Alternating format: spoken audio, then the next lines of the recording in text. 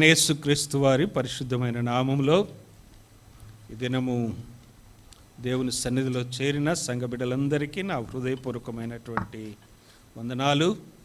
రెండవ వర్తమానం కొరకై పరిశుద్ధ గ్రంథములో నుండి పేతురు రాసిన పత్రిక మొదటి పేతురు మొదటి అధ్యాయము 13 నుండి 19వ వచనం వరకు మనం మార్చి చదువుకుందాం. పేతురు రాసిన మొదటి పత్రిక మొదటి అధ్యాయము 13వ వచనము నుండి 19వ వచనము వరకు మనం మార్చి చదువుకుందాం.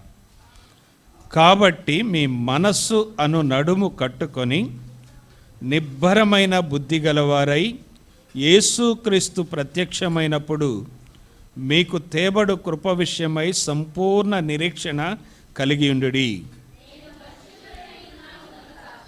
మీరును పరిశుద్ధులై ఉండుడని వ్రాయబడి కాగా మీరు విధేయులకు పిల్లలై మీ పూర్వపు అజ్ఞాన దశలో మీకుండిన ఆశలు అనుసరించి ప్రవర్తింపక మిమ్మును పిలిచిన వాడు పరిశుద్ధుడైన ప్రకారము మీరును సమస్త ప్రవర్తన యందు పరిశుద్ధులై.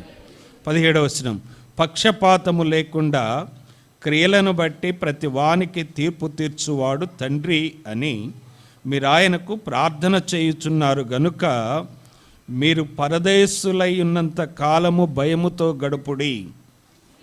పంపర్యమైన మీ వ్యర్థపర్తను విడిచిపెట్టి వెండి బంగారముల వంటి క్షయ వస్తువుల చేత మీరు విమోచింపబడలేదు, అమూల్యమైన రక్తము చేత అనగా నిర్దోషమును నిష్కళంకమునగు గొర్రెపిల్ల వంటి రక్తము చేత మీరు విమోచింపబడతారని మీరు ఎరుగుదురు కదా. ప్రార్థన చేసుకుందాం. అందరూ కూడా తలలు వంచండి. ప్రేమ నమ్మకము కలిగిన పరలోకపు తండ్రి, మీ ఘనమైన పరిశుద్ధమైన పాదాల వందనాలు స్తోత్రాలు చెల్లిస్తూ ఉన్నాం. ప్రభువా, మీరు మమ్మలను ప్రేమించి మాకు అనుగ్రహించిన ఈ ప్రభు దినమును బట్టి మీకు వందనాలు. సార్వత్రిక సంఘముతో సకల పరిశుద్ధులతో మీ బిడ్డలమైన మేము ఆరాధించటానికై మీరిచ్చిన అమూల్యమైన నీ పాద సన్నిధిని బట్టి కృతజ్ఞతాస్తుతులు చెల్లిస్తూ ఉన్నాం. ఈ సమయమందు నాయన రెండవ వర్తమానము కొరకై చదవబడిన మీ లేఖన భాగము నుండి పరిశుద్ధాత్మ సహాయము చేత నిలవబడి ఉన్న మీ దాసుని మీరు మరుగు చేయండి. మీ ప్రజల కొరకు ప్రభువా, మీ మహిమ కొరకు మీరే విరచి వాడుకొనండి. వచ్చిన ప్రతి ఒక్కరము కూడా నాయన మీ మాటల చేత ఆదరింపబడటానికి, మీ మాటల చేత మా యొక్క తృష్ణ తీర్చుకోవటానికి, మీ వాక్యము చేత మేము బలపరచబడటానికి, తిరిగి నాయన అంత మాత్రమే కాకుండా నీ పరిశుద్ధమైన బలలో యోగ్యముగా పాలు పొందటానికి మీరే మాట్లాడి మహిమ పొందమని, ప్రతి ఒక్కరిని పేరు పేరు వరుసన దర్శించుమని యేసుక్రీస్తు నామములో స్తుతించి ప్రార్థన చేస్తున్నాము తండ్రి, ఆమేన్. ప్రభునందు ప్రియమైనటువంటి దేవుని బిడ్డలారా, మనము చదువుకొనిన ఈ లేఖన భాగం అనేక సార్లు మనం విన్నాం, చదువుకున్నాం, ధ్యానం చేశాం. పరిశుద్ధాత్మదేవుడు ఈ ఉదయకాలం నాకిచ్చినటువంటి తలంపులను సంఘముగా మనందరము కూడా పంచుకోవటానికి, తిరిగి ధ్యానము చేయటానికి, ఆ వాక్యమును బట్టి మనము ఆశీర్వదించబడటానికి పరిశుద్ధాత్మ దేవుడు మనతో మాట్లాడుతూ ఉన్నాడు. కనుక చేరి ఉన్నటువంటి సంఘ బిడ్డలందరూ కూడా వాక్యము ఎడల ఆసక్తి కలిగి, వాక్యం అంటే ఒక తృష్ణ కలిగి, మొదటి వర్తమానములో మనం విన్నట్లుగా వాక్యం అంటే వణుకుతూ, వాక్యం అంటే భయము భక్తి కలిగి, దేవాది దేవుడైనటువంటి దేవుని సన్నిధికి వచ్చామన్నటువంటి స్పృహలో ఉండి, దేవుని సన్నిధిలో మనం ఎప్పుడైతే గడుపుతామో అది మనందరికీ కూడా ఆశీర్వాదకరంగా ఉంటుంది. అప్పుడు మాత్రమే మనము దీవించబడతాం. ఈ లేఖన భాగములో భక్తుడైనటువంటి ఈ పేతురు గారు చాలా విషయాలు తన పత్రికలో వ్రాస్తూ వచ్చారు. ఈ పత్రికలో రాస్తూ అనేక విషయాలు మనకి జ్ఞాపకం కూడా చేస్తూ ఉన్నారు. మనము చదువుకున్నటువంటి ఈ లేఖన భాగములో ప్రాముఖ్యంగా ఈ యొక్క పేతురు గారు జ్ఞాపకము చేస్తున్న ఒక విషయాన్ని, ఈ పత్రికలో ఉన్నటువంటి ఒక మాటను మనము ధ్యానము చేయబోతున్నాం. అది ఏమిటి అంటే, మన జీవితంలో మనకు ఒక అలవాట్లు కొన్ని వస్తూ ఉన్నాయి. కొన్ని పద్ధతులు వాటంతటకవే మనము పాటిస్తూ ఉన్నాం. అలా ఉండటానికి వీల్లేదు అని పేతురు గారు జ్ఞాపకం చేస్తూ ఉన్నారు. అందుకని ఇక్కడ ఏమి వ్రాస్తూ ఉన్నారంటే, ప్రాముఖ్యంగా మనం చూడండి 14వ వచనములో, నేను పరిశుద్ధుడనై ఉన్న ప్రకారము మీరును పరిశుద్ధులై ఉండుడని వ్రాయబడి ఉన్నది. కాగా మీరు విధేయులకు పిల్లలై మీ పూర్వపు అజ్ఞాన దశలో మీకుండిన ఆశలను అనుసరించి ప్రవర్తింపక మిమ్మును పిలిచిన వాడు పరిశుద్ధుడై ఉన్న ప్రకారము మీరును సమస్త ప్రవర్తనయందు పరిశుద్ధులై ఉండుడి. ఆమేన్. ప్రభువునందు ప్రియమైనటువంటి దేవుని బిడ్డలారా, మనము ధ్యానము చేయబోయేటువంటి అంశం ఏంటంటే, మన యొక్క ప్రవర్తన, మన జీవితంలో మన యొక్క ప్రవర్తన లేక మన బిహేవియర్, మన నడత ఏ రీతిగా ఉన్నది అని ఇక్కడ పేతురు గారు జ్ఞాపకం చేస్తూ ఉన్నారు. మన యొక్క బిహేవియర్ ఏ యొక్క పద్ధతిలో నడుస్తూ ఉన్నది అని వాటిని పేతురు గారు చాలా బాధతో జ్ఞాపకం చేస్తూ, మీరు వాటిని ఏం చేయాలంటే విడిచిపెట్టాలి అని జ్ఞాపకం చేస్తూ ఉన్నారు. చూడండి 18వ వచనంలోనికి వస్తే అక్కడ వ్రాయబడినటువంటి ఒక అమూల్యమైనటువంటి మాట. 18వ వచనం,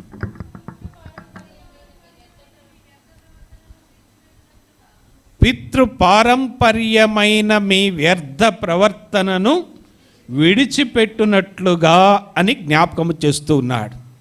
మనకి మన పితరుల నుండి వ్యర్థమైనటువంటి ప్రవర్తనలు చాలా వచ్చినాయి. అవి మన జీవితంలో ఎలా ఉన్నాయంటే వేళ్ళూనుకొని ఉన్నాయి.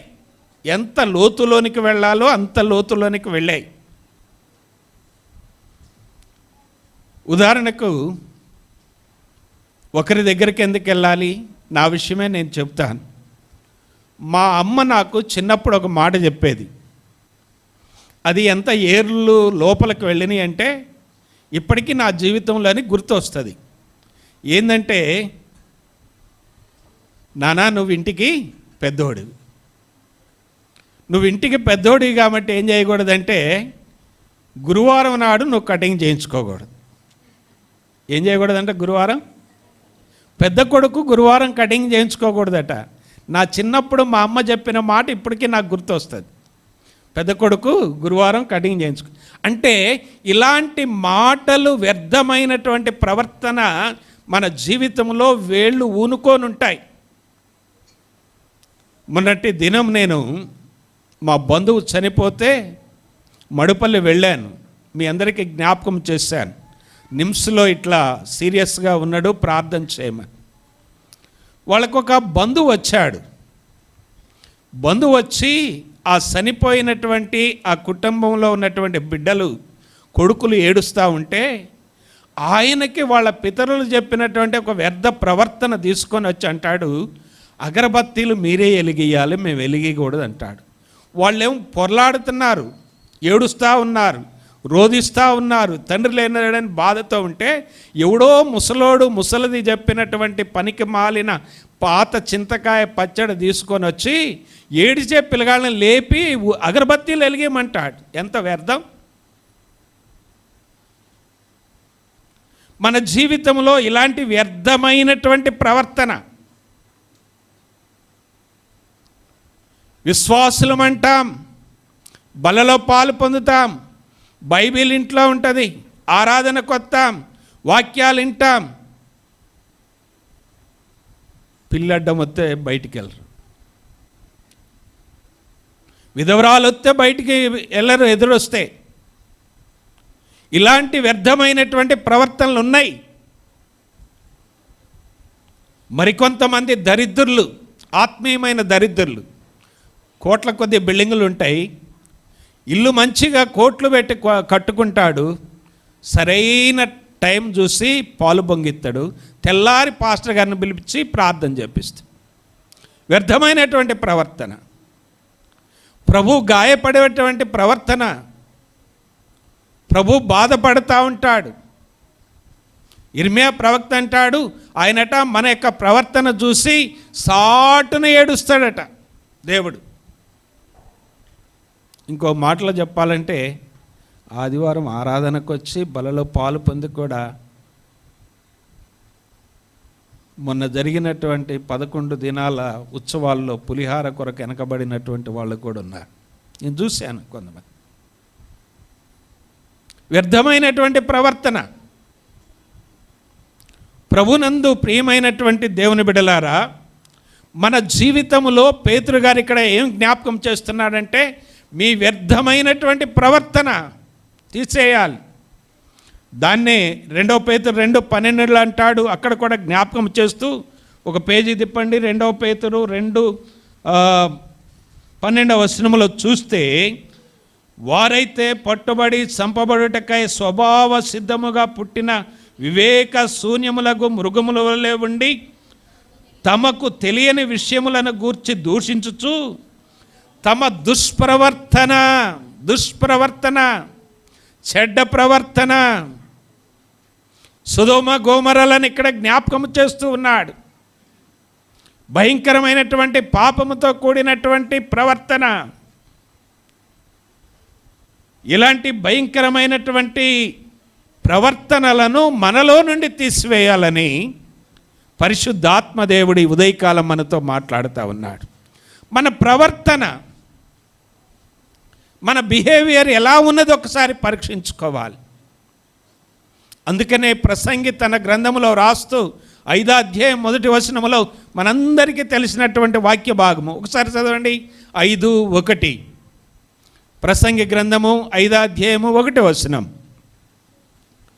నీవు నీ దేవుని మందిరమునకు వెళ్ళినప్పుడు నీ ప్రవర్తన ఏం చేయాలట? జాగ్రత్తగా చూసుకోవాలి. నీ దేవుని మందిరానికి నీవు వెళ్ళేటప్పుడు నీ ప్రవర్తన ఎలాగున్నది జాగ్రత్తగా చూసుకోవాలి. చాలామంది దేవుణ్ణి మెప్పించటానికి ప్రయత్నం చేస్తారు, దేవుణ్ణి ఒప్పించడానికి ప్రయత్నం చేస్తారు.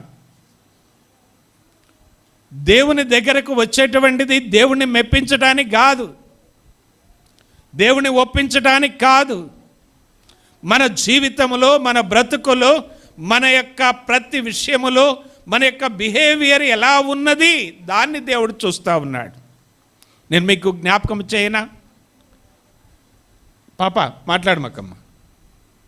మన యొక్క ప్రవర్తన ఎలా ఉండాలి అంటే, మనము దేవుని మందిరానికి వెళ్ళేటప్పుడు దేవుణ్ణి మెప్పించడానికి కాకుండా ప్రతి అడుగులో, ప్రతి మాటలో, ప్రతి చూపులో, ప్రతి తలంపులో మన యొక్క ప్రవర్తన సరిగా ఉండాలి అట.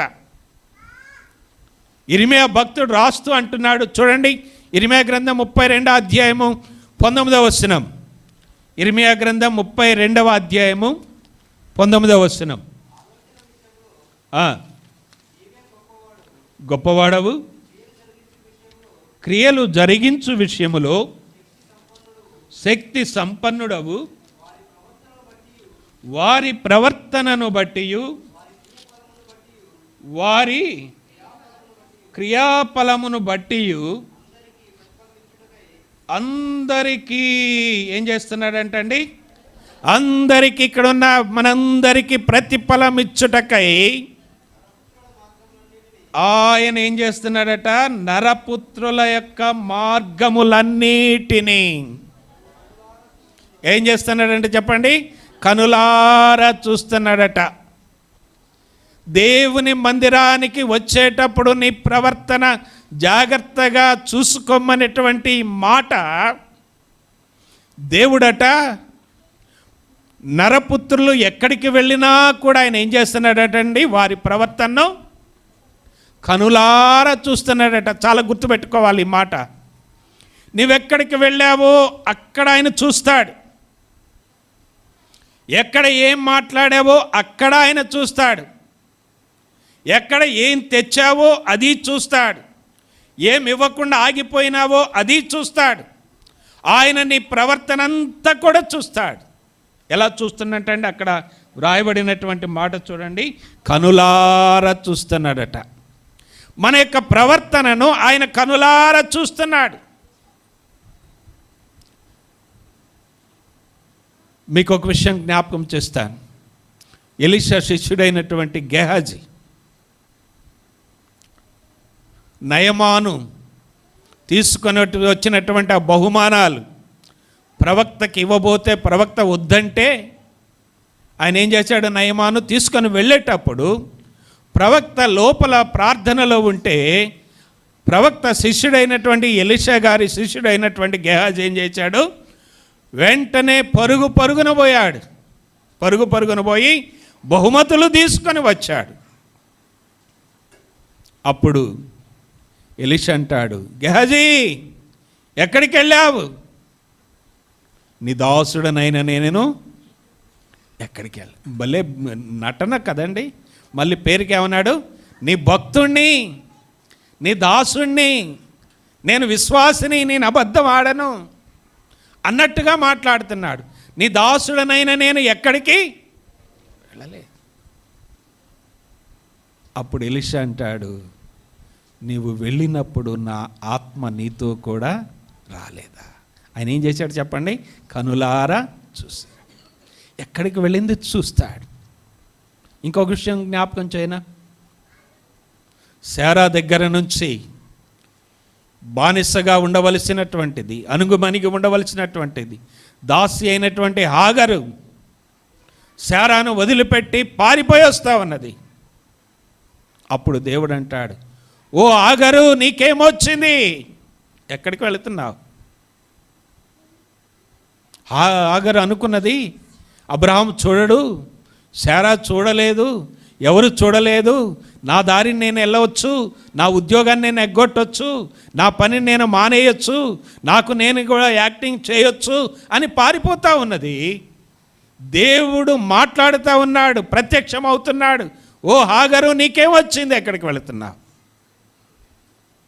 అందుకే నేను మీకు జ్ఞాపకం చేస్తున్నాను, మన ప్రవర్తన గురించి దేవుడు ఎలా చూస్తున్నాడట? కనులారా చూస్తున్నాడు. ఆయన కనులారా చూస్తూ ఉన్నాడు మన ప్రవర్తన ఎలాగుంది. దేవుని బిడ్డలమైనటువంటి మనం ఎక్కడ ఉన్నా కూడా ఆయన ఏం చేస్తాడు? మనందరికీ తెలుసు కదండి. 2 దినవృత్తాంతములు 16:9 ప్రకారము యెహోవా కనుదృష్టి ఏం చేస్తున్నదట? లోకమంతా కూడా సంచారము చేస్తూ ఉన్నది. నేను మీకు జ్ఞాపకం చేయనా? మీరు ఒంటరిగా ఉన్నప్పుడు మీ ఇంటిలో సీసీ కెమెరా ఉంది. దేవుని కనుదృష్టి ఎక్కడ ఉన్నది? నీవు నీ పనికాడ సీసీ కెమెరా ఉంది, దేవుడు పెట్టాడు అక్కడ. నువ్వు పోయే బస్సులో సీసీ కెమెరా ఉంది, నువ్వు వెళ్ళే ట్రైన్లో ఉంది, నువ్వు ఎక్కే ఆటోలో ఉంది, నువ్వు ఉన్న కాలేజీలో ఒక పక్కన కూర్చొని సెల్ ఫోన్ చూసేటప్పుడు అక్కడ సీసీ కెమెరా ఉన్నది. నువ్వేం మాట్లాడుతున్నావో అదంతా రికార్డ్ అవుతుంది. ఎవరిని మోసం చేస్తాం మనం? ఎవరి కళ్ళు కప్పుతాం? సాటును దాక్కున్నారు ఆదాము అవ్వలు. ఓ ఆదామా నువ్వెక్కడున్నావు? దేవుడు మాట్లాడుతున్నాడు. నీ స్వరము విన్నప్పుడు నేనేం చేశాను? దిగంబరినై దాక్కున్నాను. అనగా దేవుని కంటికి మరుగైనటువంటిది ఏదీ లేదు. ఆయన కంటికి కనబడనటువంటి సృష్టము ఏదీ లేదు. జ్ఞాపకం ఉంచుకోనండి. అందుకనే ఈ దినము పరిశుద్ధాత్మదేవుడు మనకేం జ్ఞాపకం చేస్తున్నాడంటే, మన యొక్క ప్రవర్తన, మన యొక్క నడక ఎలా ఉన్నది, మన యొక్క బిహేవియర్ ఎలా ఉంది. దేవుని మందిరములో ఒక తీరిగా, దేవుని నుంచి మందిరము బయట ఒక తీరిగా ఉంటే వాళ్ళని దైవగ్రంథం అన్నది ఓ వేషధారులారా అన్నది. ఇంకో మాట దేవుడు ఏం జ్ఞాపకం చేస్తున్నాడంటే, పరిశుద్ధాత్మ ద్వారా మనందరితో మాట్లాడేటువంటి విషయం ఏంటంటే, దేవుడట ఒకవేళ యోహాను సువార్త 8వ అధ్యాయములో ఉన్నటువంటి ఆ స్త్రీని క్షమించాడు, పట్టబడినటువంటి వ్యభిచారం చేస్తున్న 5 భర్తలు ఉన్నటువంటి యోహాను సువార్త 4వ అధ్యాయములో ఉన్నటువంటి ఆ సమరయ స్త్రీని దేవుడు క్షమించాడు.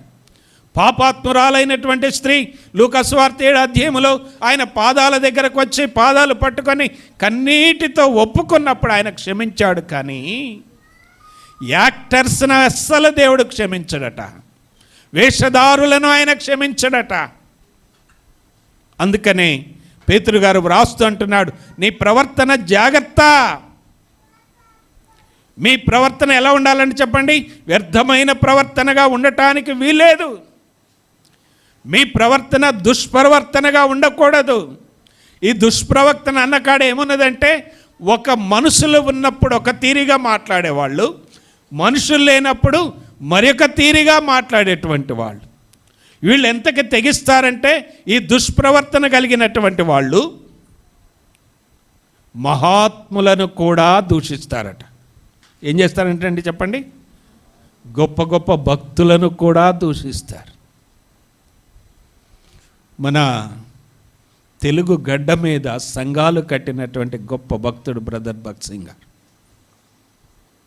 దాదాపుగా ఎన్ని సంఘాలంటే, ఈ రోజుల్లో 20,000 కంటే ఎక్కువ సంఘాలు ప్రపంచవ్యాప్తంగా స్థాపించినటువంటి ఎవరట ఆయన చెప్పండి? గొప్ప భక్తుడు బ్రదర్ భగత్ సింగ్ గారు. ఆ మధ్య ఒకసారి నేను ఒక టీవీలో ఒక ఆయన మాట్లాడేస్తుంటే ఆయన మెసేజ్ వింటే నాకెమ్మటే కళ్ళెమ్మటే నీళ్ళు వచ్చినాయి. అంత గొప్ప భక్తుడు, త్యాగము చేసిన వాడు, ఆ రోజుల్లో అగ్రికల్చర్ ఇంజనీరింగ్ చేసినటువంటి వాడు, వేరు దేశాలకు వెళ్ళి గొప్ప స్టడీ చేసినటువంటి వాడు. ఈ రోజుల్లో వెళ్ళాలంటే లోన్లు పెట్టుకొని వెళుతున్నారు. ఆ రోజుల్లో ఏమి లేకుండా కూడా అంత ధనవంతుడైనటువంటి ఆ గొప్ప ఇంజనీరింగ్ అయినటువంటి ఆయన అన్ని త్యాగము చేసి సమస్తాన్ని వదులుకొని తల్లి నడకుండా, తండ్రి నడకుండా, వ్యక్తులు నడకుండా సేవ ప్రారంభించి ప్రపంచంలో 20,000 సంఘాల దరిదాపుగా స్థాపించినటువంటి ఆ గొప్ప వ్యక్తిని మహాత్ములను దూషించడం అంటే నాకు జ్ఞాపకం వస్తున్నది. వాడెవడు అన్నాడండి. నాకెమ్మటే నీళ్ళు వచ్చినాయి కళ్ళెమ్మటే. ఇలాంటి వాళ్ళ ప్రవర్తన ఏంటంటే చెప్పండి? దుష్ప్రవర్తన. ప్రభునందు ప్రియమైన సంగమా, ఈ బలలో పాలు పొందే మన యొక్క ప్రవర్తన ఎలాగున్నది?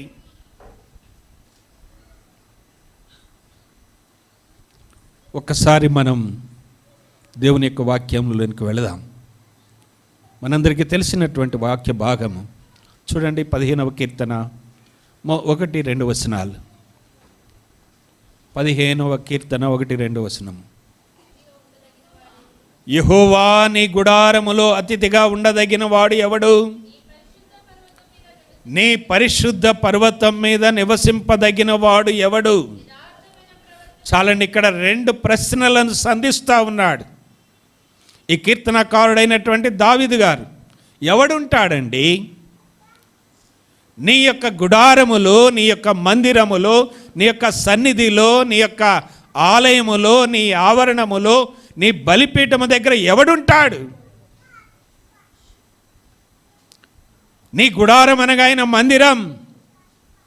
5వ అధ్యాయం 17వ వచనంలో చూడండి అక్కడ ఏమన్నదో.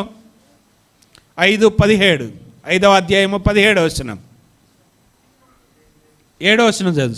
7వ వచనం.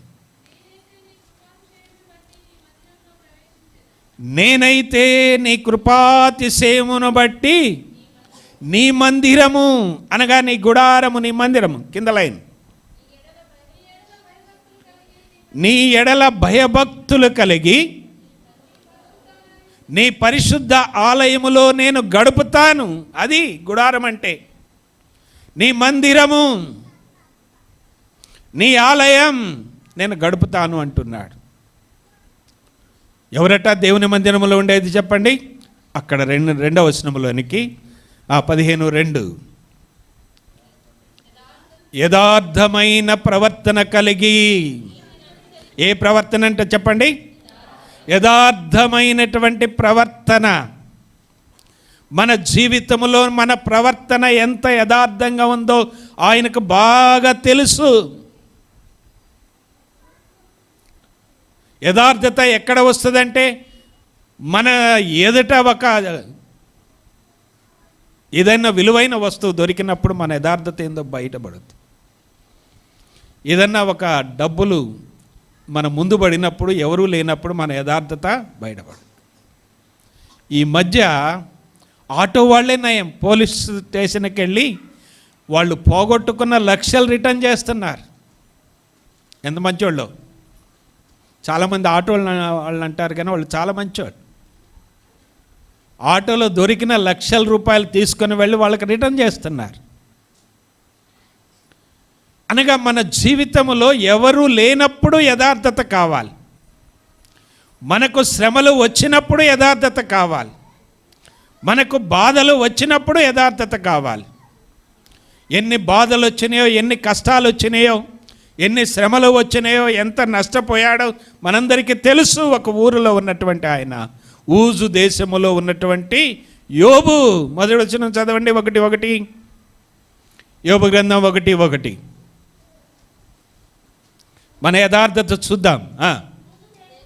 ఊజు దేశములో యోబు అను ఒక మనుష్యుడు ఉండెను. అతడు ఎలాంటి వాడంటండి? యథార్థవంతుడు. యథార్థత కావాలి. దేవుని బిడ్డలకి యథార్థత చాలా అవసరం. యథార్థంగా జీవించాలి. యథార్థత కొరకై ప్రయాసపడాలి. ఈ యోబు గారికి అన్నీ పోయినాయి.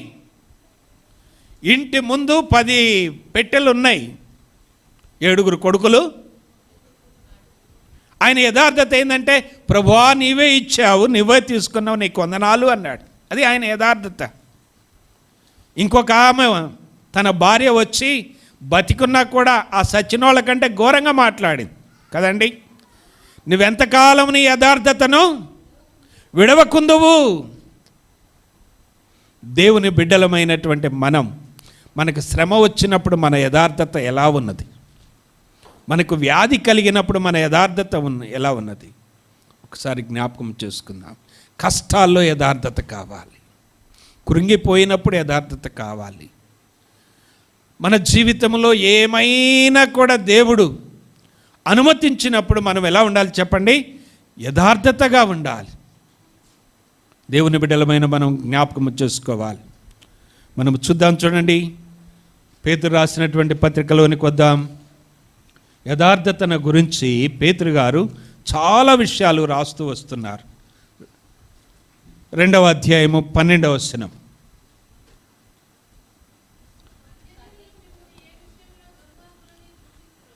అన్యజనులు మిమ్ములను ఏ విషయంలో దుర్మార్గులని దూషింతురో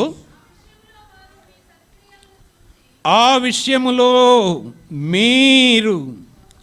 వారు మీ సత్క్రియలను చూసి వాటిని బట్టి దర్శన దినమందు దేవుని మహిమపరచునట్లు వారి మధ్యలో ఎలా ఉండాలంటే చెప్పండి? మంచి ప్రవర్తన. ఎవరి దగ్గర మంచి ప్రవర్తన? అన్య జనుల మధ్య మంచి ప్రవర్తన కలిగి ఉండాలి. మన జీవితంలో అన్య జనులతో ఉన్నప్పుడు, లోకములో ఉన్నప్పుడు, స్నేహితులతో ఉన్నప్పుడు, తాగుబోతులు మన వెంట ఉన్నప్పుడు, తిరుగుబోతులు మన వెంట ఉన్నప్పుడు మన ప్రవర్తన ఎలా ఉంటుంది? వాళ్ళతో పాటు జిందాబాద్ అంటే జిందాబాద్ అంటున్నావా? ఇక్కడ ఏమన్నది చూడండి, అన్యజనుల మధ్యలో మీరు ఎలా ఉండాలట? ఏ ప్రవర్తన అని చెప్పండి? మంచి ప్రవర్తన. మంచి ప్రవర్తన మన జీవితాలకు ఆశీర్వాదకరంగా మారుద్ది. ప్రభువు దగ్గర బహుమతులు మనం పొందటానికి దేవుడు కృపనిస్తాడు. మంచి ప్రవర్తన అంటే నేను మీకు ఒక విషయాన్ని జ్ఞాపకం చేస్తాను. ఇంతకుముందు చాలాసార్లు చెప్పాను. మంచి ప్రవర్తన అంటే చెబుతూ ఉన్నాను. 2 మెడికల్ స్టూడెంట్స్ ఉన్నారట, 2 గర్ల్స్. ఒకరు దేవుని నమ్మినటువంటి విశ్వాసి, మరొకరు అన్యురాలైనటువంటి మరి ఒక అమ్మాయి. ఇద్దరు కూడా ఒకే రూములో ఉంటున్నారు. అంతా మరి కొన్ని సంవత్సరాలు వాళ్ళు కలిసి 5 సంవత్సరాలు యాత్ర అనగా మెడికల్ కోర్సు పూర్తయ్యే వరకు వాళ్ళు కలిసి జీవించాల్సినటువంటి పరిస్థితి. ఇద్దరు ఒకే రూములో ఉన్నారట. ఒక అన్యురాలు, ఒక ప్రభువుని నమ్మినటువంటి బిడ్డ విశ్వాసి. మంచి ప్రవర్తన అన్నదానికి మీరు జాగ్రత్తగా ఇటు వినండి. మంచి ప్రవర్తన ఏం చేస్తుందంటే దేవుని యొక్క కార్యాలను మనం చూడగలుగుతాం. వారిద్దరు ఒకే రూములో ఉన్నారు. ఎవరి అలవాట్లు వాళ్ళవి, ఎవరి భక్తి వాళ్ళది, ఎవరి ప్రేయర్ వాళ్ళది, ఎవరి యొక్క జీవితం వాళ్ళది, ఎవరి పాఠాలు వాళ్ళవి, ఎవరి స్టడీ వాళ్ళు చేసుకుంటున్నారు. ఇద్దరు కూడా కలిసి జీవిస్తూ ఉన్నారు. ఆ తర్వాత వాళ్ళ కోర్సు పూర్తి అయిన తర్వాత వాళ్ళ అనుభవాలు పంచుకోవటానికి ఆ కాలేజీ వాళ్ళు ఒక గెట్ టుగెదర్ ఏర్పాటు చేశారట. ఆ గెట్ టుగెదర్లో ఆ సంవత్సరం మరి బయటికి వెళ్ళేటువంటి డాక్టర్స్గా వెళ్ళి పట్టాలు పొందటానికి ముందుగా మీ అనుభవాలు ఈ కాలేజీలోని లేక మీ రూముల్లో మీ స్నేహితులతో ఉన్నటువంటి అన్ని షేర్ చేసుకోమన్నప్పుడు ఈ ఇద్దరు బిడ్డలు అనగా ఒక అన్యురాలు, ఒక ప్రభువుని ఎరిగిన బిడ్డ, ఇప్పుడు ఆ విగ్రహారాధన చేసేటువంటి అన్యురాలుగా ఉన్నటువంటి ఆ అమ్మాయి స్టేజీ పైకి వచ్చి మాట్లాడిందంట. ఏమని మాట్లాడిందో తెలుసండి? నా రూములో ఒక యేసు ప్రభువుని నమ్మినటువంటి ఒక విశ్వాసిగా ఉన్నటువంటి ఒక అమ్మాయి ఉన్నది. ఆ అమ్మాయి ఏనాడు కూడా నాకు యేసు ప్రభు దేవుడని చెప్పలే. నా ఫ్రెండ్గా ఉన్నది కానీ ఏనాడైనా నాతో ప్రార్థన చెయ్యమని చెప్పలే. ఏనాడు కూడా నన్ను ఎలాంటి ఇబ్బందికి గురి చేయలేదు, నన్ను ఒత్తిడి చేయలేదు.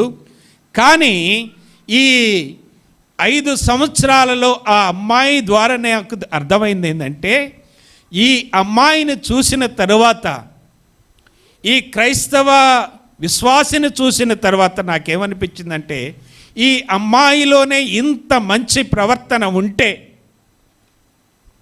ఏనాడు ఏదైనా నష్టపోయినా కోప్పడదు, ఏదైనా నేను ఆ అమ్మాయికి ఇబ్బంది పెట్టినా కోప్పడదు, ఏ చేసినా కోప్పడలేదు.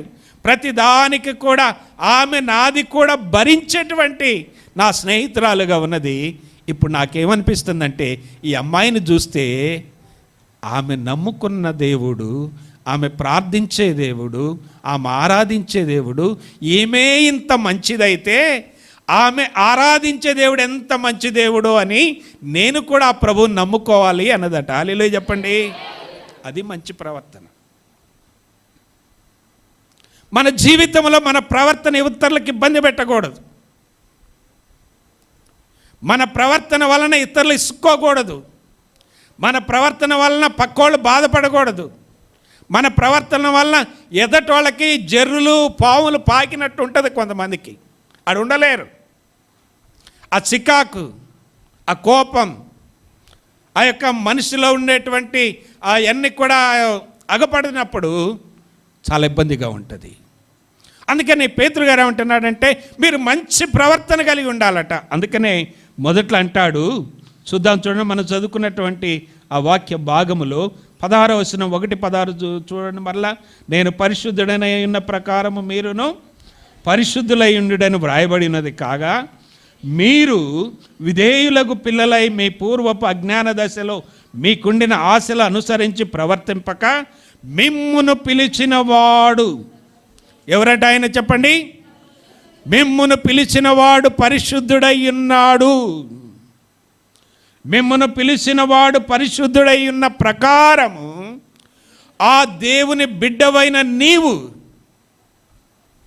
ఆ ప్రభు యొక్క శరీర రక్తములో పాలు పొందే మీరు ఆ ప్రభు యొక్క మాటలు వినే మనం, ఆ ప్రభు పేరును బట్టి జీవించే మనం ఎలా ఉండాలంటే అక్కడ వ్రాయబడినది సమస్త ప్రవర్తన యందు. ఏ ప్రవర్తన అంటే చెప్పండి, ఒక్కదానికాడ కాదు, చర్చిలో కాదు, ప్రార్థనలో కాదు, నువ్వు ఎక్కడికి వెళ్ళినా ఎలా ఉండాలంటే చెప్పండి, సమస్త ప్రవర్తన.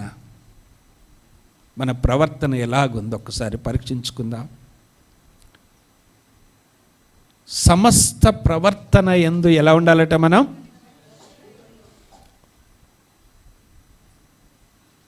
ఒకసారి చూద్దాం, చూడండి, మనం ముందుకు వెళదాం. సమస్త ప్రవర్తన యందు మనము ఎలా ఉండాలంటే చెప్పండి, పరిశుద్ధులై ఉండాలి. ప్రభునందు ప్రియమైనటువంటి దేవుని బిడ్డలారా, మన జీవితంలో ఇంకా వ్యర్థ ప్రవర్తన, ఇంకా దుష్ప్రవర్తన ఉన్నదేమో. మన ప్రవర్తనను బట్టి కొంతమంది అట్టయిపోతున్నారేమో, మన ప్రవర్తనను బట్టి కొంతమంది దూరం అయిపోతున్నారేమో. అందుకనే దేవాది దేవుడు మనకు జ్ఞాపకం చేస్తున్నాడు. దేవుని బిడ్డలమైన మనం ఎక్కడ ఉండాలంటే చెప్పండి, ఆయన గుడారములో ఎలా ఉండాలి? గెస్ట్లుగా ఉండాలి, అతిథులుగా ఉండాలి అంటున్నాడు. మనం అతిథులుగా ఉండాలంటే మన ప్రవర్తన ఎప్పటికప్పుడు సరిచేసుకోవాలి. 3వ అధ్యాయం 16వ వచనం చూడండి. 3 లేకుంటే 3వ అధ్యాయము 2వ వచనం చూద్దాం.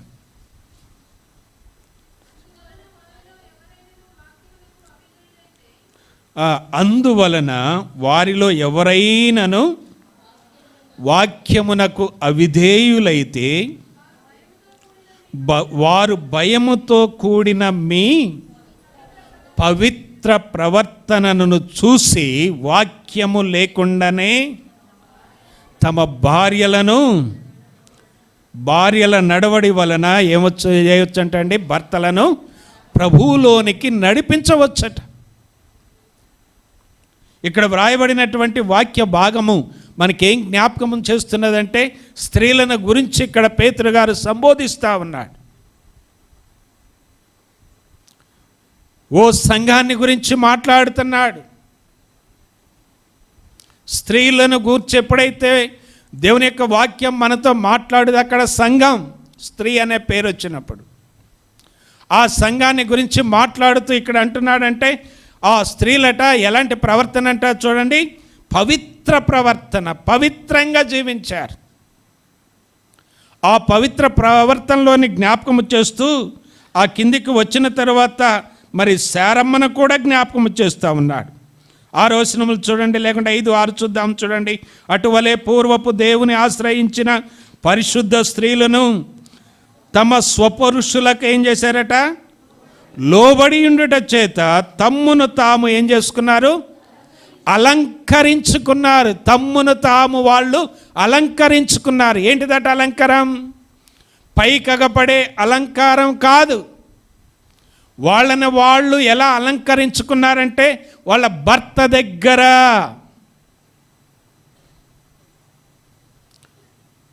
విధేయత చూపెట్టారు. దేవుని యొక్క వాక్యం ఎఫెసీ పత్రిక 5వ అధ్యాయంలో అదే జ్ఞాపకం చేస్తుంది. ఓ భార్యలారా, మీ భర్తలకు ఏం కావాలంటే చెప్పండి, లోబడి ఉండండి. ఆమెను చెప్పండి, ప్రతి మాటకి మా భర్తకు లోబడుతున్నాం అన్నవాళ్ళు నిజంగా ఏది చెప్పినా కూడా లోబడాలి. ఆమెను చెప్పగలము మనం? దేవునికి స్తోత్రం. భర్తకు లోబడాలి.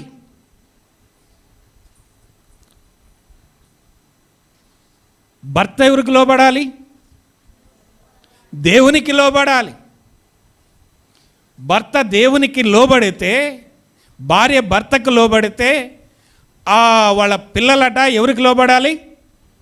తల్లిదండ్రులకు లోబడతారు, ఆశీర్వదించబడతారు. అప్పుడు ఎప్పుడైతే భార్య భర్తకు విధేయత చూపెట్టదో, పిల్లలు కూడా చూపెట్టరు.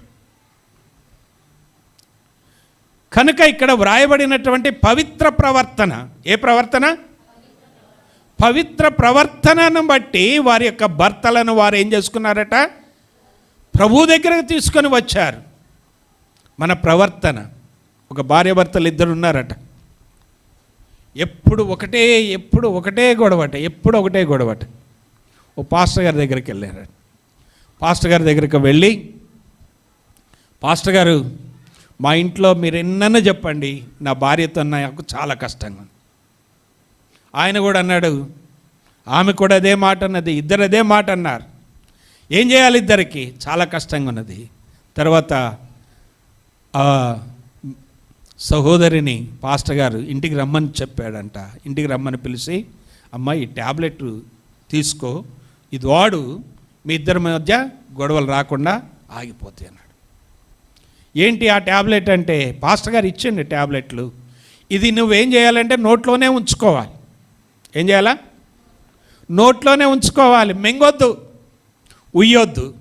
ఏం చేయాలా, మింగొద్దు, ఉయ్యొద్దు. ఆ ట్యాబ్లెట్లు ఏం చేయాలి, నోట్లోనే ఉంచుకోవాలి. ఇట్లా వారం రోజులు గడిచిపోయిందంట. ఆయన ఏది అడిగితే అది చేసి పెడుతుందంట, కానీ నోరు మాత్రం తాగొచ్చినా ఏమనలే, తిట్టినా ఏమనలే, కొట్టినా ఏమనలే, అన్నిటికీ ఏం చేస్తుంది. ఆ తర్వాత వారం రోజులు ఆమె అలాగ ఉన్నప్పుడట భర్తలో మార్పు వచ్చిందంట. అరే, నేను ఏం చేసినా కూడా నా భార్య ఏం చేస్తుంది, మౌనంగా ఉంటుంది. భలే మౌనిక కదా, మౌనంగా ఉంటుందంట. ఎంత మౌనంగా ఉంటుందంటే చాలా మౌనంగా ఉంటుంది. అప్పుడు ఆయన కూడా అన్ని అలవాట్లు మానం చేసి ఏం చేసిండో తెలుసండి, ఆ పిల్లలకు చదువు చెప్పటం, భార్య ఏదైనా పని చేస్తుంటే వచ్చి కూరగాయలు కోయటం, భార్య ఇంకేదైనా బిజీగా ఉంటే ఏదో ఒక పని చేయటం. ఇద్దరు కూడా అట ఏమైపోయారో తెలుసండి, వారం రోజుల్లో మారిపోయి చక్కగా విశ్వాసులు అయిపోయారట. హల్లెలూయా.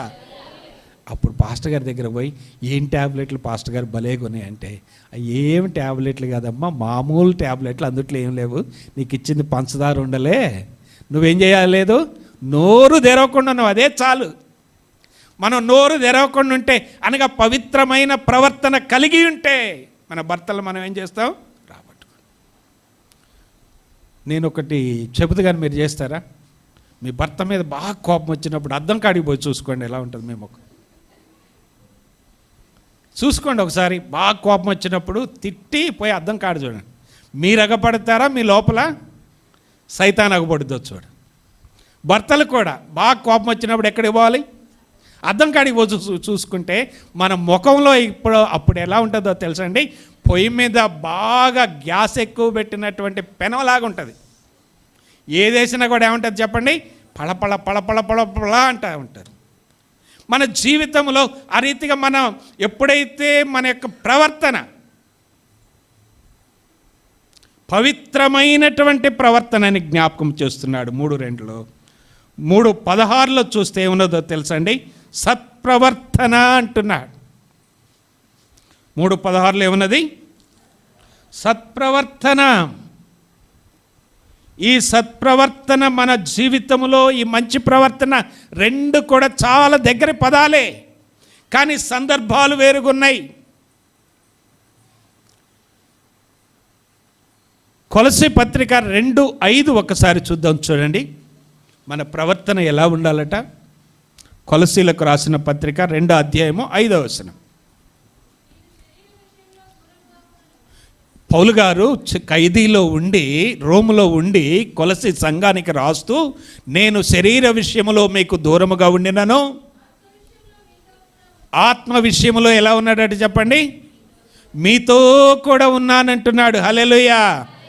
దేవుని బిడ్డలు వేరువేరుగా ఉన్నా కూడా ప్రార్థనలో అందరము కలుసుకోవాలి. హల్లెలూయా.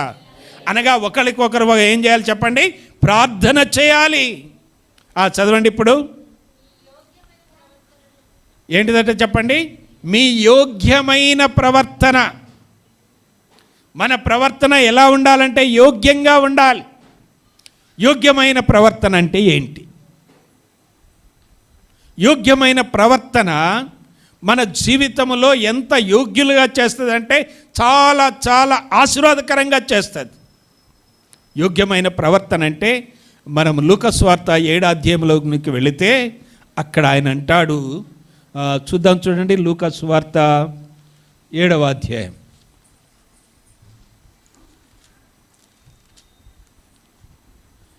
ఈ అధ్యాయములో మనం ఒక సైనికుడుగా ఉన్నటువంటి వాడు, సైన్యాధిపతిగా ఉన్నటువంటి వాడు, వాళ్ళందరికీ అనగా యూదులందరికీ కూడా ఏం కట్టించాడంటే చెప్పండి, అద్భుతంగా సమాజ మందిరమును కట్టించినటువంటి వాడు.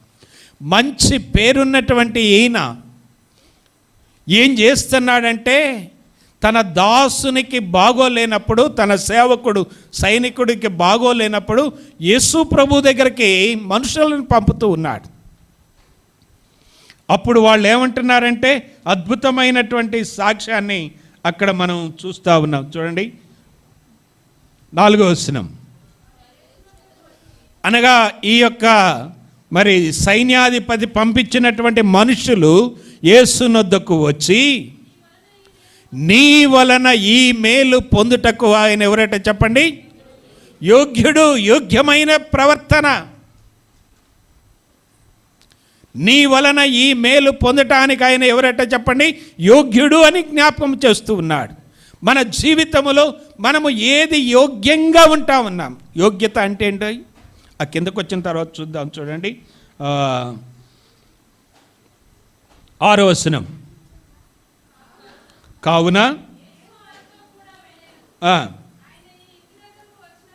ఆయన ఆ ఇంటి దగ్గరకు వచ్చినప్పుడు శతాధిపతి తన స్నేహితులను చూసి ఆయన యొద్దకు వెళ్ళి, ప్రభువా, శ్రమ పుచ్చుకొనవద్దు, నీవు నా ఇంటిలోనికి వచ్చుటకు కూడా నేనేం గాను పాత్రుడను కాను. అనగా ఇక్కడ యోగ్యమైన ప్రవర్తన అంటే తగ్గించుకోవటం. ఏం చేయాలంటే చెప్పండి, తగ్గించుకోవాలి. దేవుని యొక్క వాక్యం మనకి ఏం జ్ఞాపకం చేస్తున్నది, తన్ను తాను తగ్గించుకున్నవాడు ఏం చేస్తాడట, హెచ్చించబడతాడు. మన జీవితంలో మనం ఎంతగా తగ్గించుకుంటున్నాం.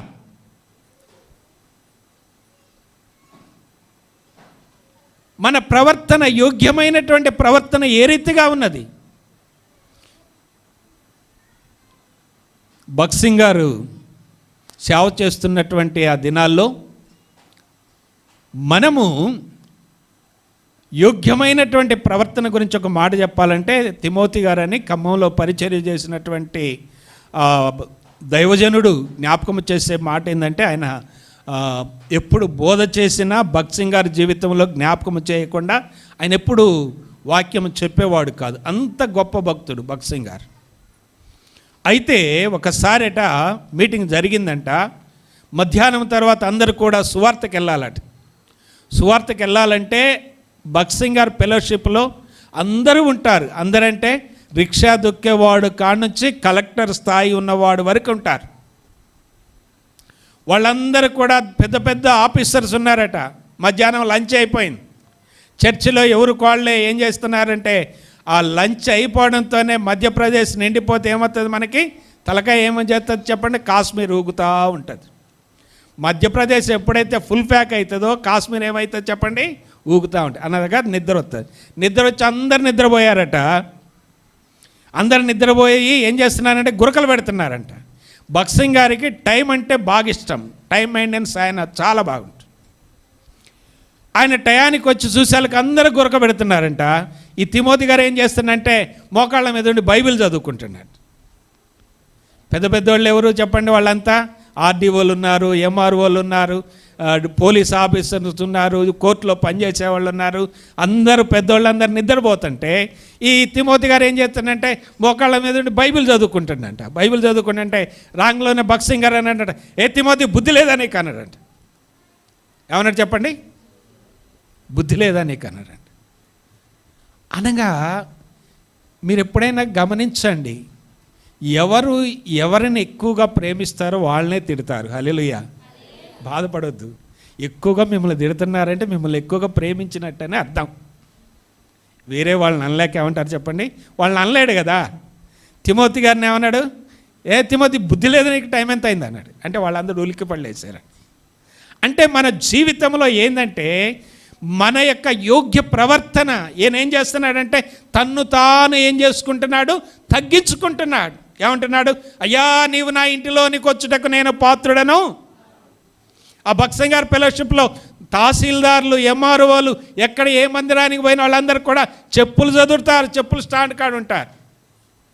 తగ్గించుకునే స్వభావం. నేను ఎట్లా చేయాలి ఆ పని? నేను కూడా బూజు దులపాలనా? రేపు చర్చారిని వారు వచ్చేస్తుంది, నేను కూడా రావాలన్నా? మా పిల్లలు ఉన్నారుగా, వేరే చిన్నపిల్లలు కూడా ఉన్నారుగా అంటాం మనం. అలా కాదు దేవుని పరిచర్య. యోగ్యమైన పరిచర్య అంటే నీ కొరకు, నీ ఆశీర్వాదం కొరకు, నీ బిడ్డల భవిష్యత్తు కొరకు, నీ బిడ్డలు హెచ్చింపబడటం కొరకు, నీ బిడ్డలను వర్ధిల్ల చేయడం కొరకు దేవుని మందిరములో యోగ్యమైనటువంటి ప్రవర్తనగా మనలను మనం ఏం చేయాలంటే చెప్పండి, తగ్గించుకొని ఆయన పరిచర్య చేయాలి. ప్రభునందు ప్రియమైనటువంటి దేవుని బిడ్డలారా, యోగ్యమైనటువంటి ప్రవర్తనతో మనం జీవిస్తాం. అప్పుడే మనం ఏడుంటామో తెలుసండి, దేవుని యొక్క సన్నిధిలో, దేవుని యొక్క మందిరములో మనం గెస్టులుగా ఉంటాం, అనగా అతిథులుగా ఉంటాం. కాబట్టి ప్రభునందు ప్రియమైనటువంటి దేవుని బిడ్డలారా, మరలా మనం దేవుని యొక్క వాక్యాన్ని చూద్దాం. చూడండి, పేతురు రాసినటువంటి పత్రికలో అనేకమైనటువంటి విషయాలు ఇక్కడ జ్ఞాపకం చేస్తూ ఉన్నాయి. మనము ప్రాముఖ్యంగా ఇక్కడ చూసినట్లయితే 3వ అధ్యాయం 16వ వచనం చదివామండి. 3:16 చూద్దాం. చూడండి మరి ఒకసారి. 3:16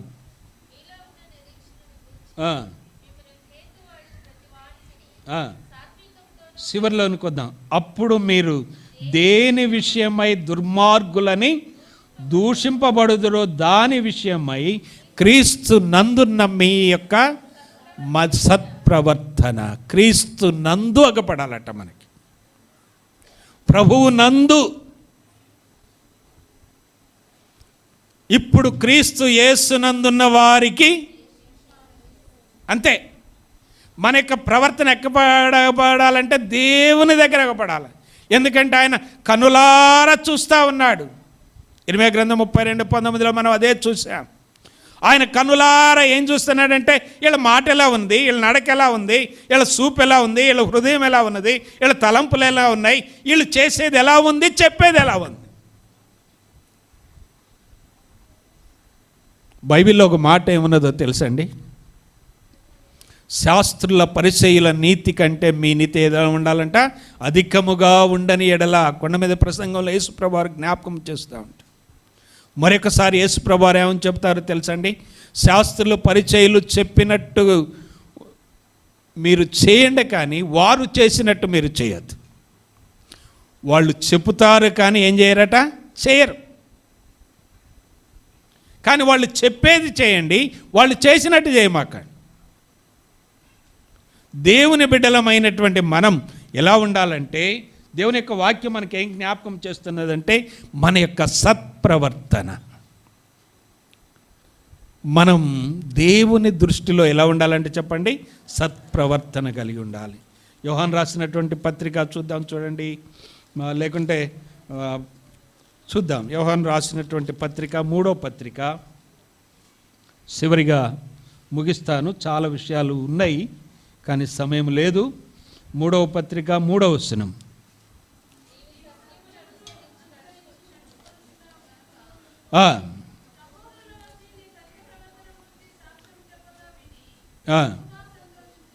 నీవు సత్యము అనుసరించి ఏం చేస్తున్నావట, నడుచుకొనుచున్నావు. సత్యాన్ని అనుసరించి నడుచుకొనుచున్నావు. ఆ కింద పుట్టినోట్లు ఏమన్నా చూడండి, సత్యములో నడుచుకొనుచున్నావు. నీవు సత్యమును అనుసరించి నడుచుకొనుచున్నావు గనుక సహోదరులు వచ్చి నీ ఏ ప్రవర్తన అంటండి, సత్య ప్రవర్తన. సత్య ప్రవర్తన, సత్యము అనే మాట బైబిల్ ఎక్కడొచ్చినా కూడా దాని అర్థం ఏంటంటే, యేసయ్య చెప్పాడు నేనే సత్యము. యేసయ్యలాగా ఉండాలి, అది అని చెప్పబడు. దేవుని యొక్క మాట మనకేం జ్ఞాపకం చేస్తున్నదంటే, ఒక్కసారి మన ప్రవర్తన ఎలా ఉండాలంటే, నీ సత్య ప్రవర్తన ఎక్కడ ఉండాలంటే చెప్పండి, లోకములో. ఆ కింద అంటున్నాడు, ప్రియుడా నీవు వర్ధిల్లుచున్న కొలది నీవు అన్ని విషయములో ఏం చేయాలట, వర్ధిల్లాలి. నీవు సౌఖ్యముగా ఉండాలి, నీవు సుఖముగా ఉండాలి, నీ సంఘం ఆశీర్వదించబడాలి, నీ కుటుంబం ఆశీర్వదించబడాలంటే నీ ప్రవర్తన సత్య ప్రవర్తన, సత్ప్రవర్తన కాదు. ఇది ఏ ప్రవర్తన అని చెప్పండి? సత్య ప్రవర్తన, యేసయ్య ప్రవర్తనలాగా ఉండాలి. హల్లెలూయా. ఆయన అందుకంటున్నాడు, నన్ను పోలి నడుచుకొనండి అని పౌలు గారు చెప్పాడు. నేను ఎవరిని పోలి నడుచుకుంటున్నాను? క్రీస్తుని పోలి నడుచుకుంటున్నాను. రోమపత్రికలు అంటాడు, క్రీస్తు స్వారూప్యము మీలో కలగాలి. గలతీ పత్రికలో కూడా అదే జ్ఞాపకం చేస్తున్నాడు. మనము అనగా మన యొక్క ప్రవర్తన అంతా, మన మాట అంతా, మన విషయాలన్నీ, మన చూపన్నీ అన్నీ కూడా ఎలా ఉండాలంటే యేసయ్యలాగా ఉండాలి. దేవుని బిడ్డలమైన మనం ఏ ప్రవర్తనతో ఉన్నాం? సత్ప్రవర్తనక, సత్య ప్రవర్తనతో మనం జీవిస్తున్నాం. యేసయ్య ప్రవర్తన మనం చూసాం కదండి. ఆయన ప్రవర్తన ఏంటంటే చెప్పండి, కలువరి సిలువలో దూషింపబడి బదులు దూషింపలేదు కదండి. ఆయన గాయపరచబడినప్పుడు కానీ, సిలువ వేయబడినప్పుడు కానీ, శ్రమ పెట్టబడినప్పుడు కానీ, ముఖము ఉమ్మివేయబడినప్పుడు కానీ, అనేకమైన చిత్రహింసలకు గురి చేసినప్పుడు కానీ, హేళన చేసినప్పుడు కానీ, నీవు దేవుని కుమారుడు అయితేని వాళ్ళు సవాలుతో కూడినటువంటి ఛాలెంజ్ విసిరినప్పటికీ కూడా ఆయన ఎలా ఉన్నాడట? సత్య ప్రవర్తన.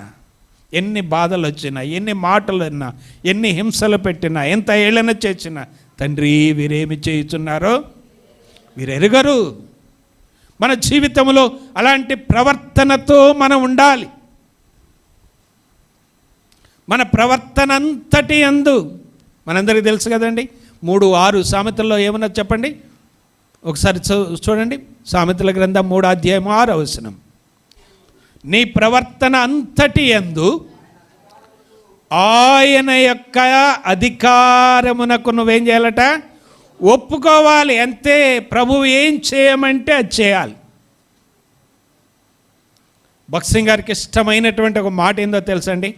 40వ కీర్తన 8వ దేవా నీ చిత్తము నెరవేర్చుటే నాకు సంతోషం. ప్రభునందు ప్రియమైనటువంటి సంగమా, యేసయ్య ఈ దినం మనకి జ్ఞాపకము చేస్తున్నటువంటి ప్రాముఖ్యమైనటువంటి మాట ఏంటంటే మన ప్రవర్తన బట్టి ఇతరులు మన మందిరానికి వస్తూ ఉన్నారా? వచ్చిన వాళ్ళు వెనక్కి వెళతా ఉన్నారా? పూర్వము పరిశుద్ధ స్త్రీలు ఏం చేశారంటండి?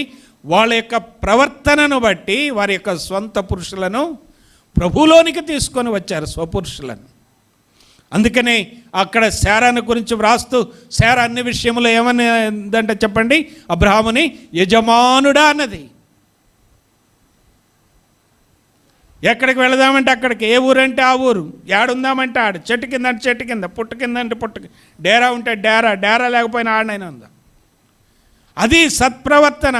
మన జీవితంలో విధేయత కలిగి, నమ్మకము కలిగి, పవిత్రత కలిగి, పరిశుద్ధత కలిగి, దేవుని కొరకు మన ప్రవర్తన ఎలా ఉన్నది? కొంతమంది ప్రవర్తన నోరు తెరిస్తే చాలా కష్టం, డ్రైనేజీ కంటే డేంజర్గా ఉంటుంది. కొంతమంది నోరు తెరిస్తే అబ్బా ఆయన స్వరం మధురం, ఆయన ముఖం మనోహరం, ఆయన మాట చాలా తీయగా ఉంటుంది. చెప్పండి అమ్మా, ఏం కావాలమ్మా, బాగున్నారమ్మా, చెప్పు అనగా మన యొక్క ప్రవర్తన ఇతరులను ఏం చేయాలంటే చెప్పండి, ఆకర్షించాలి. దేవుని బిడ్డలమైన మనం మన ప్రవర్తన జాగ్రత్తగా చూసుకోవాలి. అందుకని ప్రసంగ 5:1 మనకి ఎప్పుడు కూడా వార్నింగ్ ఇస్తూ ఉంటుంది. నీవు దేవుని మందిరానికి వెళ్ళినప్పుడు నీ ప్రవర్తన జాగ్రత్తగా చూడు, జాగ్రత్తగా చూడు, జాగ్రత్తగా చూడు, పరీక్షించుకో. నేనేమంటానంటే నువ్వు ప్రభు బలలో పాలు పొందేటప్పుడు నీ ప్రవర్తన జాగ్రత్తగా చూడు. ప్రభు బలలో ఏ ప్రవర్తనతో పాలు పొందుతున్నావు, ఏ ప్రార్థనతో పాలు పొందుతున్నావు, ఏ సహవాసముతో పాలు పొందుతున్నావు. లోకము సహవాసం, అలా పాలు పొందొద్దు. ఒక ప్రత్యేకత ఉండాలి, ఒక పరిశుద్ధత ఉండాలి, ఒక సహవాసం ఉండాలి, ఒక ప్రభు బిడ్డల యొక్క సహవాసములో మనం వర్ధిల్లుతూ ఉండాలి. దేవుని బిడ్డలమైన మనం, ఈ పేతురు గారు మనకేం జ్ఞాపకం చేస్తున్నాడంటే మన ప్రవర్తన ఎలాగున్నది. ఇంకా వ్యర్థమైన ప్రవర్తనలో ఉన్నామా, లేక మనము సకలమైనటువంటి అన్ని విషయాల్లో ఏ ప్రవర్తన అంటే అండి, మరలా 16వ వచనం చూడండి, 1:16, మీ దేవుడు అయిన మిమ్మును పిలిచిన వాడు పరిశుద్ధుడై ఉన్న ప్రకారము మీరును సమస్త ప్రవర్తన యందు ఎలా ఉండాలట, పరిశుద్ధులై ఉండండి. ఎందుకో తెలుసండి, ఆ కింద అంటాడు, మీరు మీ పితృపారంపర్యమైనటువంటి 18వ వచనములో వ్యర్థమైన వాటిని విడిచిపెట్టినట్లుగా వెండి బంగారముల వంటి క్షయమైన వస్తువుల చేత మీరు అస్సలు దేవుని మందిరానికి రాలేదు. వెండి బంగారముల చేత పరలోకానికి వెళ్ళలేరు. దేని ద్వారా వెళ్తామంటే ఆ కింద అంటున్నాడు 19వ వచనం చూడండి, బంగారం లాంటి వచనం, అమూల్యమైన రక్తం. ఏది విలువ సరిపోదండి. బంగారమా, ప్లాటినమా, నీ దగ్గర ఉన్న వజ్రాలా, వైడూర్యాలా, లేకుంటే ఇండియా నుంచి ఇంగ్లాండ్ వాళ్ళు తీసుకెళ్ళినటువంటి ఆ కోహినూరు వజ్రమా, అది ఏది సరిపోదట. అమూల్యమైన రక్తము చేత మనం అందరము కూడా ఏం చేయబడ్డామంటండి, విమోచించబడ్డాము. గొర్రెపిల్ల రక్తం, అది ఎలాంటిదట, నిర్దోషమైనటువంటిది, నిష్కళంకమైనటువంటిది అంటాడు. 7:14 ఎబ్రీ పత్రికలు అంటాడు, పాపులలో చేరక ప్రత్యేకంగా ఉన్నటువంటిది. ఆయన ఎలాంటి వాడట, నిర్దోషం. 7:14 చూడండి ఒకసారి, హెబ్రీ 7:14-26, పవిత్రుడును నిర్దోషియు నిష్కల్మషుడును పాపులలో చేరక ప్రత్యేకంగా. ఈ ప్రవర్తన కావాలి మనకు. ఏ ప్రవర్తన అంటే చెప్పండి, పవిత్రుడు, పరిశుద్ధుడు, నిర్దోషి, నిష్కల్మషుడు, పాపులలో చేరక ఎలా ఉన్నాడట, ప్రత్యేకంగా ఉన్నాడట. ఇట్టి ప్రధాన యాజకుడు మనకు సరిపోయినవాడు. ఆయన ప్రవర్తనలోనికి రావాలి. మనం ఒకసారి మార్చుకుందాం మన ప్రవర్తన. దేవుని బిడ్డలమైన మనం, ఆయన బలలో పాలు పొందే మనం, మన ప్రవర్తన ఒకసారి చూసుకుందాం. మన బిహేవియర్ ఎలా ఉన్నది, మన నడత ఎలా ఉన్నది, మన మాట ఎలా ఉన్నది, మన ఆలోచన ఎలా ఉన్నది. పరిశుద్ధాత్మ దేవుడు మనకే జ్ఞాపకం చేస్తూ ఉన్నాడు. ఓ సంగమా, ఓ దేవుని బిడ్డలారా, మన యొక్క ప్రవర్తన ఎలా ఉంది మనం జ్ఞాపకం చేసుకుందాం. పేతురు అనేక విషయాలు జ్ఞాపకం చేస్తూ ఉన్నాడు. యోహాను భక్తుడు తన 3వ పత్రిక 2వ వచనంలో అదే జ్ఞాపకం చేశాడు. ఏ ప్రవర్తన అంటే అండి, సత్య ప్రవర్తన కలిగి, యథార్థమైన ప్రవర్తన కలిగి మనమందరము ఉంటే ఎక్కడుంటామంటే చెప్పండి, 15:2 ఈ కీర్తనలో మనం చూసినటువంటి మాట, అది మనకు ఆశీర్వాదం. ఎవరంటే చెప్పండి, ఈ ప్రవర్తన గలవాడు ఎక్కడుంటాడట, నీ గుడారములో అతిథిగా ఉంటాడు. హల్లెలూయా, హల్లెలూయా. అక్కడ అతిథిగా ఉండాలంటే మన ప్రవర్తనలో బాగుండాలి. అక్కడ మనం గెస్ట్, ఎవరికి, దేవునికి మనం గెస్ట్లుగా ఉంటుందట. అబ్బా, ఆ ఆతిథ్యమే వేరు. ఇదిగో ఆ ఆతిథ్యం ఇదే ప్రభు యొక్క బల్ల. మీ కొరకై కలువరి శిలువలో నలగొట్టబడిన నా శరీరము, మీ కొరకై సిందించబడినటువంటి నా యొక్క రక్తము. దా గెస్ట్వా నువ్వు, నేను ఇస్తా, నా శరీరము తిను, నా రక్తమును త్రా.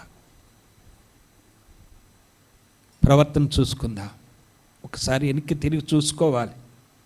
నాది కాదు అనుకో మాకు, నాకు కాదు అనుకో మాకు, ఇది ఎవరికోలే అనుకో మాకు. పరిశుద్ధాత్మదేవుడు మనందరితో మాట్లాడుతూ ఉన్నాడు. మనందరితో మన ప్రవర్తన చాలా ప్రాముఖ్యం. మనం అన్ని విషయాల్లో బాగుండొచ్చు, కానీ మనకి ప్రవర్తన బాగోపోతే వేస్ట్. వాళ్ళు భలే మంచోళ్ళు అండి, వామ్మో వాళ్ళ ఇంటికి పోతే వాళ్ళ ప్రవర్తన మన వల్ల భరించలేమంటే ఎంత ఘోరంగా ఉంటుంది. దేవుడు అడుగుతూ ఉన్నాడు, మన ప్రవర్తన ఎలా ఉంది ఒకసారి జ్ఞాపకం చేసుకుందాం. ప్రభు బల్లలోనికి పాలు పొందే ముందు, ప్రభు శరీర రక్తంలో పాలు పొందే ముందు ఒక్కసారి పరీక్షించుకోవాలి. నీవు నీ దేవుని మందిరమునకు వెళ్ళినప్పుడు ఏం చేయాలి, ప్రవర్తన ప్రభు బల్ల దగ్గరకు వచ్చేటప్పుడు మనం ఏం చేయాలి, మన ప్రవర్తన చూసుకొని ఆ రీతిగా ప్రభు బలలో పాలు పొందుదాం. తలలో ఉంచండి, ప్రార్థన చేసుకుందాం. అందరికి కూడా ఒక్కసారి ఆ కలువరి సిలువలో నీ కొరకై బలి అయిపోయినటువంటి ప్రభువుని, సిలువ వేయబడినటువంటి ప్రభువుని, శరీరమంతా కూడా చీల్చబడినటువంటి ప్రభువుని, ఆఖరి రక్త బిందు వరకు కార్చినటువంటి ప్రభువుని, ఆయన ప్రవర్తన, ఆయన ఎక్కడ కూడా నోరు తెరవలేదు. ఆయన నీ కొరకు, నా కొరకు, మనందరి కొరకు మౌనము వహించాడు. ఆ ప్రభు యొక్క ప్రవర్తనలో పాలు పంపులు కలిగినటువంటి వారమై, విధేయులైనటువంటి వారమై మన ప్రవర్తనను సరిచేసుకుందా. ప్రభువా, నా ప్రవర్తన మందిరములో ఉన్నట్టు బయట లేదయ్యా. నా ప్రవర్తన నా పని కాడ సరిగా లేదు ప్రభువా. నా ప్రవర్తన నా జాబు కాడ సరిగా లేదు. నా ప్రవర్తన నా వ్యాపారము కాడ సరిలేదు. అయ్యా, నా ప్రవర్తనను సరిచేసుకుంటాను. నన్ను క్షమించు ప్రభువా, నన్ను మన్నించు ప్రభువా. ఒకసారి సిలువ వైపు చూద్దామా? ప్రభువుని అడుగుదామా? ప్రభు మనందరినీ ఒక్కసారి అడుగుతున్నాడు. నా కుమారుడా, నా కుమారి, నీ ప్రవర్తన ఎలా ఉన్నది? ఒక్కసారి యేసయ్య వైపు చూడు, యేసు ప్రభు వైపు చూడు. పశ్చాత్తాపడదా. మన ప్రవర్తన సరిగా లేదని ఒప్పుకుందాం. మన ప్రవర్తన దేవుణ్ణి గాయపరిచిందని ఒప్పుకుందాం. మన ప్రవర్తన వలన ఆయన విసిగిపోయాడని ఒప్పుకుందాం. మన ప్రవర్తన వలన ప్రభువు ఎంతో దుఃఖిస్తున్నాడు. ఒకసారి ఒప్పుకుందాం, పశ్చాత్తాపడదాం. ఆయన గుడారములో అతిథిగా ఉందాం. ఆయన గుడారములో ఆశీర్వదించబడదాం. ఆయన గుడారములో వర్ధిల్లుదాం. ఆయన గుడారములో మనము దావీదన్నట్టుగా చిరకాలము నేను నీ గుడారములో, నీ మందిరములో, నీ ఆవరణములో నివసిస్తానని ఆ నిత్యత్వములో ఉండేటట్లుగా ఇక్కడ మన ప్రవర్తన సరిచేసుకుందాం. ప్రార్థన చేయండి. అందరూ కూడా ప్రార్థన చేయండి. అయ్యా, నిజంగానే ప్రభువా, నా ప్రవర్తన వలన చాలామంది గాయపరచబడ్డారు. నా ఆవేశం వలన, నా నోటి వలన, నా మాట వలన, నా పద్ధతి వలన చాలామంది ప్రభువా ఎన్నోసార్లు బాధ పెట్టాను. ప్రభువా, నన్ను క్షమించని మనం పశ్చాత్తాపడదాం. ప్రభుకి ఇష్టమైనటువంటిది ఏందో తెలుసా? మనం పశ్చాత్తాపడాలి. ప్రభు చూస్తున్నాడు. ప్రభు నీ హృదయాన్ని చూస్తున్నాడు. నీ ప్రవర్తన అంతటి ఆయన కనులారా చూశాడు. ఆయనకు మరుగైంది ఏది లేదు. ఒప్పుకొని పశ్చాత్తాపడు. ప్రేమ నమ్మకం కలిగిన మా తండ్రి, దయగలిగిన ప్రభువా, నీ పాదాల కొందనాలు స్తోత్రాలు చెల్లిస్తూ ఉన్నాం.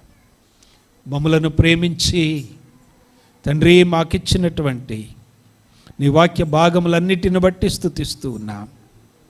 దైవ గ్రంథములో నాయన ఎంతోమంది వారి వారి ప్రవర్తనలను మాకు జ్ఞాపకం చేస్తూ వచ్చారు. కొన్ని విషయాలు ధ్యానం చేయటానికి కృపనిచ్చారు. నీ గుడారములో మేము ఉండాలని మాకు నాయన యథార్థమైన ప్రవర్తన అవసరమని మాకు జ్ఞాపకం చేశారు. నిబిడలమైన మేము మీ సన్నిధిలో గడపటానికి మా ప్రవర్తన సరిచేసుకోవాలి, చూసుకోవాలి అన్నారు. దేవా, మా జీవితంలో పరిశుద్ధమైనటువంటి ప్రవర్తన కలిగి ఉండటానికి, యథార్థమైన ప్రవర్తన కలిగి ఉండటానికి, పవిత్రమైన ప్రవర్తన కలిగి ఉండటానికి, యోగ్యమైన ప్రవర్తన కలిగి ఉండటానికి, మంచి ప్రవర్తన కలిగి ఉండటానికి, సత్ప్రవర్తన కలిగి ఉండటానికి, సత్య ప్రవర్తన కలిగినటువంటి వారమై నీ సన్నిధిలో నిత్యము సహవాసము చేయటాన్ని కృప చూపమని మమ్మలందరినీ దేవా కీర్తనల గ్రంథం 15:2 ప్రకారము నీ సన్నిధిలో ఉంచుమని యేసు ప్రభు నామములో ప్రార్థన చేస్తున్నాము తండ్రి. ఆమేన్.